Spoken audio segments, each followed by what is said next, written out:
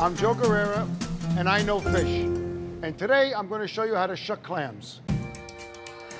The easiest way to do it is to put the clam in the palm of your hand with the nook on the top. I bring the knife in between the shells and I squeeze with my fingers, and I get it in the clam this way.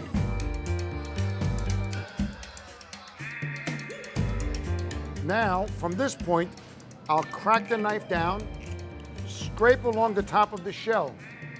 When you take the shell off, you pull the shell towards the right. This way you have a beautiful veil on top of the clam, just like that. And now, if you don't want to do this at home, you could ask your fishmonger to shuck them for you, put them in a container. Then at home to serve, you take the clams and place them in the shell, and you can just serve them like that. And your friends think that you know how to open clams.